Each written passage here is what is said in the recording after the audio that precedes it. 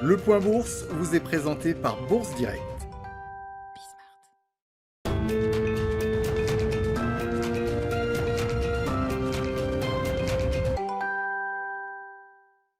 Tendance à la hausse sur le CAC 40 à la mi-journée. Les investisseurs semblent anticiper de jours meilleurs avec les différentes annonces en matière de vaccins en ce début de semaine.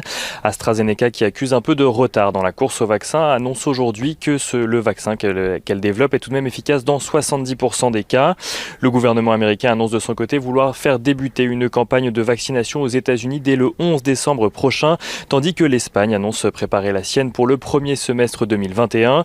L'Espagne, qui est pour le moment le seul pays européen à avoir programmé une campagne de vaccination, mais d'autres devraient suivre rapidement, alors que plusieurs observateurs espèrent voir l'autorité de santé britannique autoriser le vaccin développé par Pfizer et BioNTech dès cette semaine.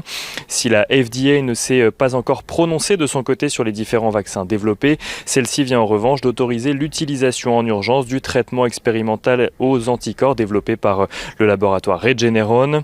Autant de mesures qui laissent espérer un allègement des mesures de restriction de part et d'autre de l'Atlantique. En Europe, les regards sont notamment tournés vers les gouvernements français et britanniques qui devraient annoncer un assouplissement des règles au moment des fêtes de fin d'année.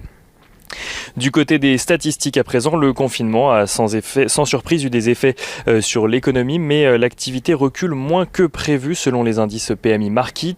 En France, tout d'abord, il ressort à 39,9 points au mois de novembre contre 47,5 en octobre. Un recul partagé autant par le secteur manufacturier que par celui des services qui tombe malgré tout sur des plus bas depuis plus de 6 mois. La tendance est similaire en zone euro avec un indice PMI à 41,5 points contre 50 points au mois d'octobre. Dans le détail, secteur manufacturier et services tombent aussi à des niveaux qu'ils n'avaient pas connus depuis les 6 derniers mois. De son côté, la BCE se veut rassurante, estimant que l'impact économique des mesures de restriction en Europe devrait être moins important qu'au premier confinement, même si l'économiste en chef de la BCE n'attend pas de véritable reprise avant l'automne 2022. Du côté des valeurs à présent à la Bourse de Paris, les cycliques sont dans le palmarès à la mi-journée. Total, Renault, ArcelorMittal ou encore Unibail Rodamco Westfield signent les plus fortes hausses sur le CAC 40. Du côté de l'actualité des entreprises, Danone indique viser 1 milliard d'euros d'économies en 2023 et annonce supprimer 1500 à 2000 postes dans le cadre d'un plan d'adaptation aux conséquences de la crise sanitaire. Crédit Agricole annonce de son côté une OPA entièrement en numéraire sur la totalité des actions de Crédito Valtellinese, un investissement qui représente 737 millions d'euros. Et JCDecaux voit de son côté ses perspectives abaissées par Standard & Poor's qui passe de stable à négatif sur le titre.